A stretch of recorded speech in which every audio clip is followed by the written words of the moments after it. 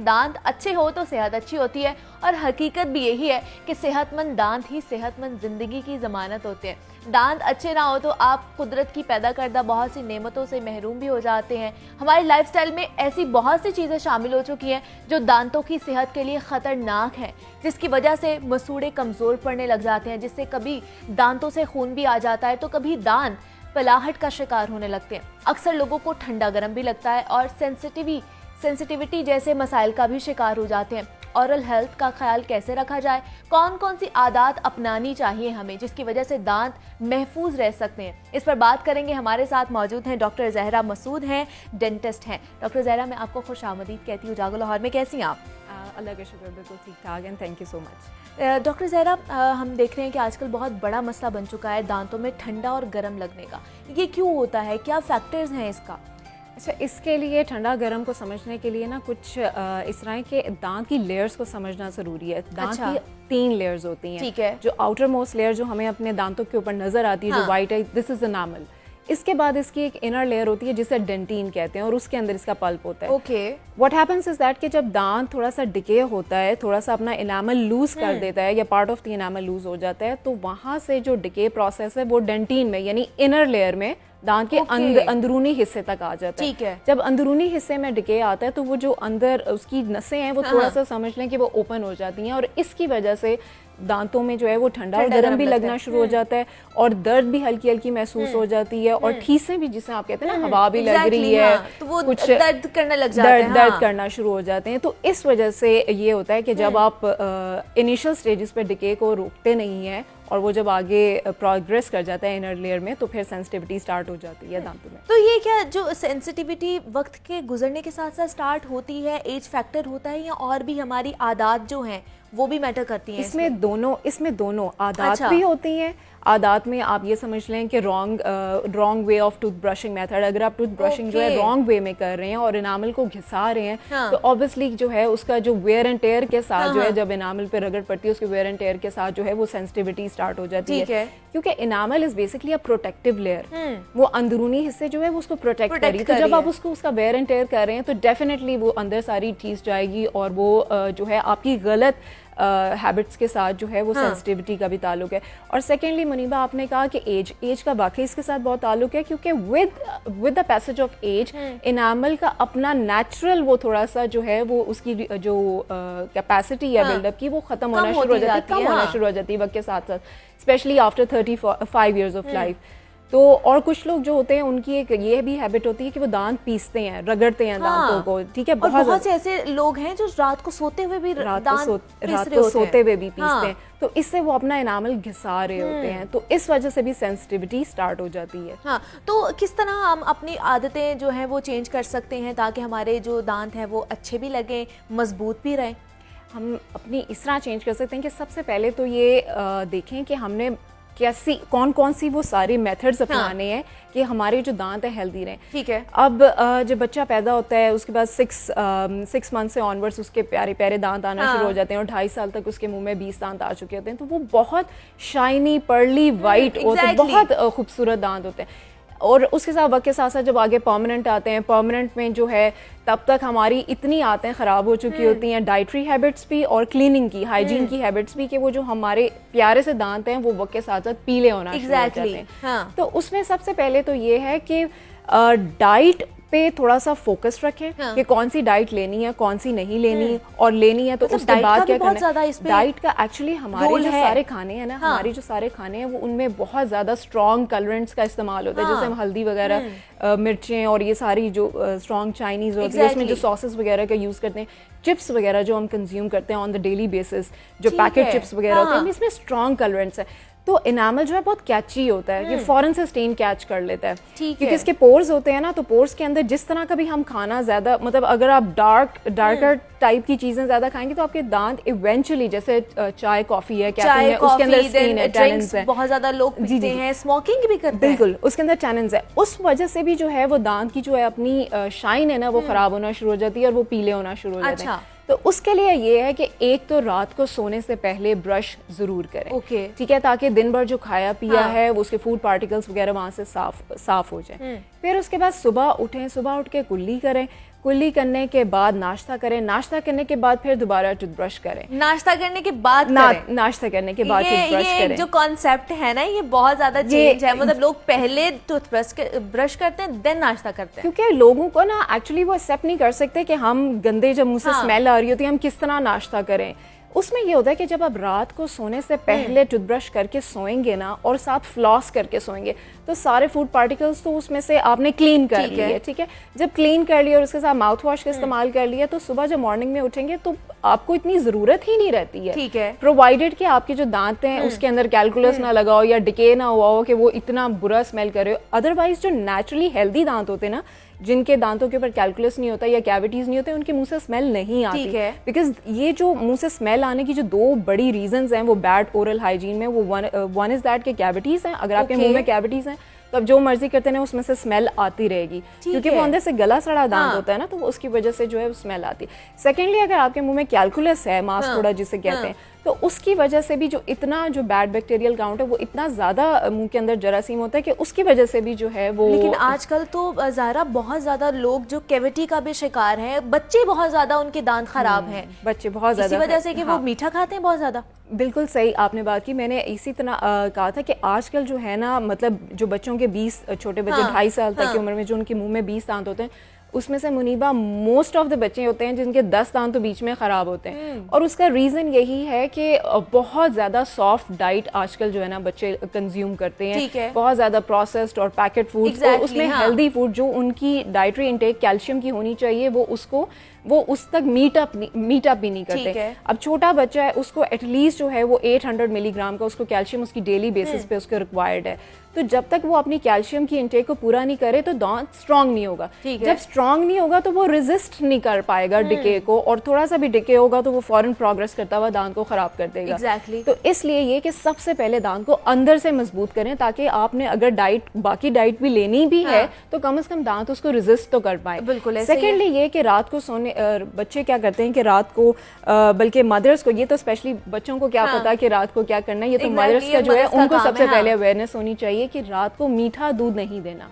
अगर बच्चा मीठा दूध उसके बगैर दूध नहीं पी रहा, मीठा उसको देना ही है, तो उसके बाद उसको पानी का फीडर जरूर पिला दें। मतलब पानी उसमें डाल के कि कम से कम उसको पानी डाल के उसको पिला दें, और उसके बाद उसको ब्रश करवा दें, दांत ब्रश करवा के। और उसके लिए सबसे बेटर ये कि मदर साथ जाएं वॉशरूम में, खुद भी ब्रश करें और अपने बच्चे के दांत को खुद ब्रश करें, क्योंकि बच्चा नहीं कर पाएगा, वो सही तरीके से नहीं कर सकता, वो सिर्फ सामने करेगा 2-3 दांतों पे और बैक पे नहीं जाएगा। तो इसकी वजह से जब आपकी डाइटरी कैल्शियम पूरी नहीं होगी और ऊपर से ओरल हाइजीन भी प्रॉपर नहीं होगी तो फिर दांत खराब होंगे, कैविटी भी लगेगी, फिर दांत गिरेंगे भी। और दूसरा, डॉक्टर ज़ोहरा, बहुत ज्यादा डॉक्टर्स शिकायत करते हैं डेंटिस्ट के, हम लोगों को सही ब्रश करने का, टूथब्रश करने का तरीका नहीं आता। क्या है तरीका सही तरीका ये है कि आपने जब ब्रश जो है टूथब्रश, एक तो उसकी सिलेक्शन बहुत इंपॉर्टेंट है। उसका हेड साइज इतना रखें जितना, अब जैसे छोटा बच्चा है उसके मुंह में छोटे से दांत है, तो जो टूथब्रश का जो साइज है, हेड का साइज छोटा होगा। बड़े हैं, अगर बड़े बड़े दांत है तो ऑब्वियसली हेड बड़ा होगा, ठीक है। एक तो उसकी सिलेक्शन प्रॉपर कर लें। सेकंड ये कि आजकल कुछ ऐसे ब्रशेस भी आते हैं जो आगे से बेंड हो जाते हैं। एग्जैक्टली। वो बेंडिंग उनकी इतनी अच्छी कैपेसिटी है कि जो बिल्कुल बैक ऑफ द मोलर्स को बहुत अच्छा क्लीन कर लेते हैं। तो थोड़ा सा सिलेक्शन की तरफ भी आए। और उसके बाद ये है कि ब्रश को मसूड़े के ऊपर रखें, यानी ऊपर वाले दांतों को जब हमने साफ करना है तो हम मसूड़े के ऊपर को ब्रश रखेंगे और उसके बाद ऊपर से नीचे, यानी ऊपर वाले दांतों को ऊपर से नीचे की तरफ साफ करना है, ठीक है, मसूड़े पे रखते हुए। मसूड़ों को भी हमने लाजमी क्लीन करना है। जब हमने क्योंकि जब हमारे जो दांत हेल्दी होते हैं उसके साथ मसूड़े जब तक हेल्दी नहीं होंगे तो हमें दांत के हेल्दी होने का फायदा नहीं है। हमें दोनों को हेल्दी करना है, हमें दांतों को भी कैविटी फ्री करना है और मसूड़ों को भी हेल्दी और मजबूत करना है ताकि उसमें से खून ना आए। तो उसके लिए ये कि ब्रश को मसूड़े के ऊपर रखें और ऊपर वाले दांतों को नीचे की तरफ साफ करें, ठीक है। अच्छा। ये वाले स्ट्रोक्स ऐसे नहीं, ऐसे वाले स्ट्रोक्स नहीं करने, ऊपर वाले दांतों को ऊपर से नीचे की तरफ और नीचे वाले दांत को नीचे से ऊपर की तरफ, ठीक है। और सिर्फ सामने वाले दांत नहीं हमारे होते हैं, हमारे पीछे भी दांत होते हैं और हमारे अंदर भी होते हैं। तो पूरी के पूरे, यानी अगर आप 2 मिनट ब्रश कर रहे हैं, जो कि एटलीस्ट करना चाहिए 2 मिनट्स के अंदर 120 सेकंड्स हो गए। 120 सेकंड्स का मतलब है कि सिर्फ 3 सेकंड हमने एक दांत को देने हैं। तो अगर हम ये भी प्रॉपरली नहीं उसको देंगे तो दांत साफ नहीं होंगे। क्योंकि कीड़ा सिर्फ सामने से नहीं लगता, वो अंदर से भी लगता है और पीछे से भी लगता है, और जो ऑक्लूजल सर्फेस जो हमारी खाने वाली सर्फेस है दांतों की, उसको भी साफ करना है ताकि वहां से भी कीड़ा ना लगे, हमने हर तरफ से बचाना है। सेकेंडली ये कि अगर हम सिर्फ ब्रश करते हैं ना तो आप मुनीबा हम सिर्फ 60% ऑफ द दांतों को साफ कर रहे हैं, क्योंकि 40% तो अंदर इंटरडेंटल फूड पार्टिकल्स जो दांतों के दरमियान में फूड पार्टिकल्स चले जाते हैं ना, उनको भी हमने क्लीन करना है। और दूसरा हम लोग सही तरीके से भी तो नहीं कर रहे ना, एक तो तरीका भी सही नहीं कर रहे और इनकम्प्लीट कर रहे हैं, और ऊपर से टाइम भी 2 मिनट्स उसको प्रॉपर्ली नहीं दे रहे, हार्डली 30-40 सेकंड्स दिया और उसके बाद बस सामने से आगे, तो उससे ना तो कभी स्मेल खत्म होगी और ना ही जो है वो कैविटी से आप बचे रहेंगे। क्योंकि मोस्टली लोग जो क्लिनिक में भी जब पेशेंट आते हैं, सबसे पहले जब हम उनकी हिस्ट्री लेते हैं, ब्रशिंग हिस्ट्री, तो डॉक्टर साहब मैं तो 4 दफा ब्रश करती हूँ। अच्छा जब हम उनका मुंह खोल के देखते हैं, उनका कैविटीज भी होती हैं, कैलकुलस भी होता है, तो फिर जब हम उनसे मेथड पूछते हैं तो मोस्ट ऑफ द टाइम यही मेथड होता है कि बस सामने से ऐसे ऐसे करके ब्रश किया एंड दैट्स इट। वो जो ऐसे ब्रश करने से आपकी गम लाइन साफ नहीं होती। हमने बेसिकली गम लाइन को साफ करना है। गम लाइन वो होती है जहाँ पर मसूड़ा दांतों के साथ मीट करता है, हमने उसको साफ रखना और उसको पीछे की तरफ नहीं धकेला। मसूड़े को पीछे की तरफ धकेलेंगे तो मसूड़ा अपनी जगह से हट जाएगा और उसमें से ब्लड भी आएगा। इसीलिए इस वजह से मसूड़ों में से ब्लड आता है या कोई और भी वजह होती है? बहुत सारी वजूहात होती हैं मसूड़ों से ब्लड आने के लिए। सबसे पहले तो कुछ हार्मोनल इश्यूज भी होते हैं, हार्मोनल इश्यूज में भी ब्लड आना शुरू हो जाता है, प्यूबर्टी में भी जो है वो ब्लड आना शुरू हो जाता है, और प्रेगनेंसी में भी आना शुरू हो जाता है ब्लड। इसके अलावा अगर दांतों की जो मसूड़ों की बीमारी हो जाती है, गम डिजीज यानी plaque is basically the enemy for both. Gum का भी यही एनिमी और दांतों का भी यही एनिमी। तो जब प्लाक मसूड़ों के ऊपर लगा रहेगा ना, तो प्लाक के अंदर basically there's 100 and millions of bacteria, तो वो वहां पर इन्फ्लेमेशन कॉज करते रहेंगे और इस वजह से जो है मसूड़ों से खून आना शुरू हो जाता है। तो basically we have to clean the plaque from the gum and the teeth to keep protected from the cavities and bleeding. तो जब तक हम सही मेथड फॉलो नहीं करेंगे, कंप्लीट मेथड फॉलो नहीं करेंगे, तो उसके लिए सबसे पहले जानना जरूरी है, और जानने के बाद उसको कैसे करना अपने बिहेवियर को ठीक करने की जरूरत है, उसको एक्सेप्ट करने की जरूरत है कि जो टेक्निक, ये जो लंबी टेक्निक है, this is basically just 2 minutes of life. अगर आप अपनी पूरे दिन में सिर्फ 4 मिनट अपने दांतों को दे रहे हैं तो ये ज्यादा नहीं है। ऑब्वियसली आपकी पर्सनैलिटी ही अच्छी होगी और किसी का फायदा नहीं है, आपका अपना ही फायदा है। और डॉक्टर जोहरा, हमने देखा है कि बहुत से लोग अब जो है अपनी दाढ़ें निकलवा कर क्राउनिंग करवा रहे हैं। ये क्यों करवा रहे हैं, क्यों हम इस साइड पर जा रहे हैं, इसकी क्या वजह? नहीं, एक्चुअली जो हेल्दी दांत होता है वो तो आपको जरूरत ही नहीं पड़ती कि उसको निकलवाएं और उसके बाद निकलवा के क्राउनिंग। हाँ, अगर एनामल डिके हो गया है और पार्ट ऑफ द टूट गया है, तो नेचुरली हमने बाकी स्ट्रक्चर को सेव करना है ताकि वो वहाँ पर मौजूद रहे। क्योंकि हमने जैसे गाड़ी के 4 पहिए होते हैं, एक पहिया खराब हो गया तो 3 पहियों का फायदा नहीं। इसी तरह जो है दांत हैं उनकी एक हार्मनी होती है ऊपर और नीचे। जब तक वो आपस में मीट नहीं करेंगे तब तक हम खाना प्रॉपर नहीं खा सकते, दांत भी सही ब्रश नहीं कर सकते, और हमारे जबड़े की हेल्थ के लिए भी बहुत इन दांतों को जो है वो ऑक्लूजन में होना जरूरी है। तो जब एक आधा दांत ही बीच में से निकल जाएगा तो पूरा जो है बैलेंस आउट हो जाता है। तो उसके लिए है कि अगर डिके हो गया है दांत, खराब हो गया दांत, टूट गया है, तो फिर हम उसमें क्राउन करवा सकते हैं। ठीक है, और it's a part of the treatment process. और दूसरा, हम देख रहे हैं रमजान भी आने वाला है और उसमें क्या हमें प्रिकॉशंस लेने चाहिए? और दूसरा मैं ये पूछना चाहूँगी खास तौर पर कि जो लोग ब्रेसेस जिन्होंने लगवाए हुए हैं वो किस तरह इस चीज़ को लें, वो सूरत हाल से कैसे निपटे? अच्छा, रमज़ान में ये है कि जब आप सहरी के लिए उठे ना, तो कम से कम ये कि 1 घंटा पहले तो उठें। ठीक है, 1 घंटा पहले उठें और उसके बाद अपनी सहरी कंप्लीट कर ली।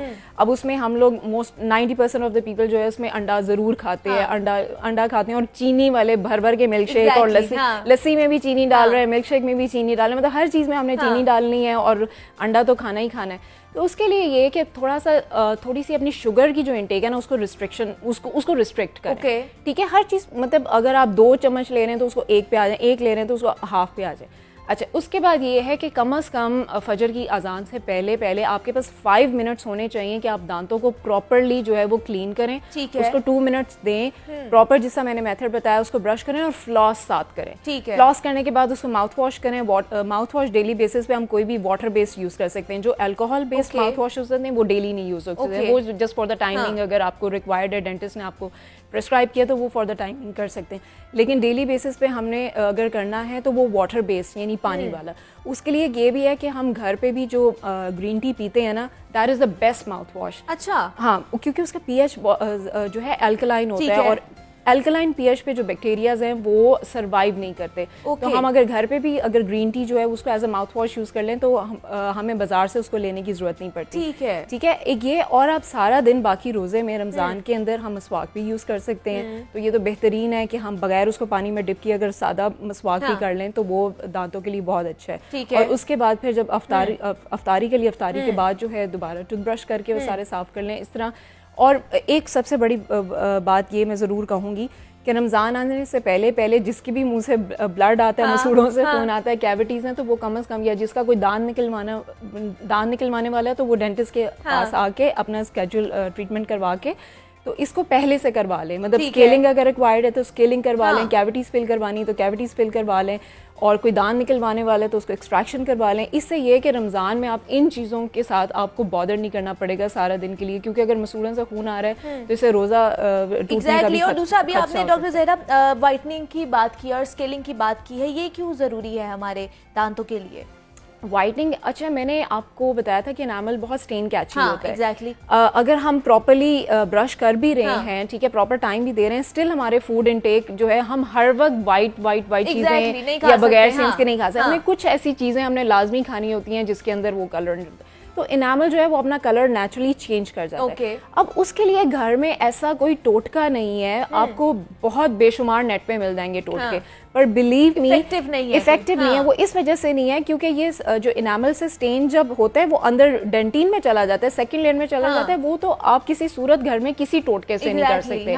ठीक है, अब जो लोग रेगुलर बेसिस पे मसवाक यूज करते हैं, मसवाक के अंदर भी जो है सोडियम बाइकार्बोनेट होता है, वो एक नेचुरल जो है वो प्लाक रिमूवल और जो दांतों को शाइनी करता है। तो अगर आप रेगुलर बेस पे करें तो आप उसको मेंटेन रख सकते हैं, पर एक दफा पीले हो गए दांत, अब उन पीले दांतों को वाइट नहीं कर सकते, आपको डेंटिस्ट से जाके टीथ वाइटनिंग करवानी है। ठीक है, अब उसके लिए ये समझने की ज्यादा जरूरत है कि स्केलिंग से दांत कभी भी वाइट नहीं होते, उससे स्टेन्स रिमूव होते हैं। वो जो पिलाहट है वो पिलाहट हमेशा ब्लीचिंग से फिनिश होती है। तो ये दोनों जो है वो रेकमेंडेड ट्रीटमेंट है, बिल्कुल सेफ प्रोसीजर से करवा सकते हैं आप। एवरी 6 मंथ्स करवा सकते हैं, और साइड इफेक्ट्स तब होंगे जब आपका करने वाला आपको ठीक तरीके से हैंडल नहीं कर रहा। मतलब अच्छे खासे डेंटिस्ट के पास जाएं जिसको पता हो कि उसने क्या करना है। डॉक्टर ज़हरा मसूद हमारे साथ मौजूद थी। डॉक्टर ज़हरा, बहुत शुक्रिया आपका कि आपने हमें वक्त दिया और आप यहाँ पर आई हैं।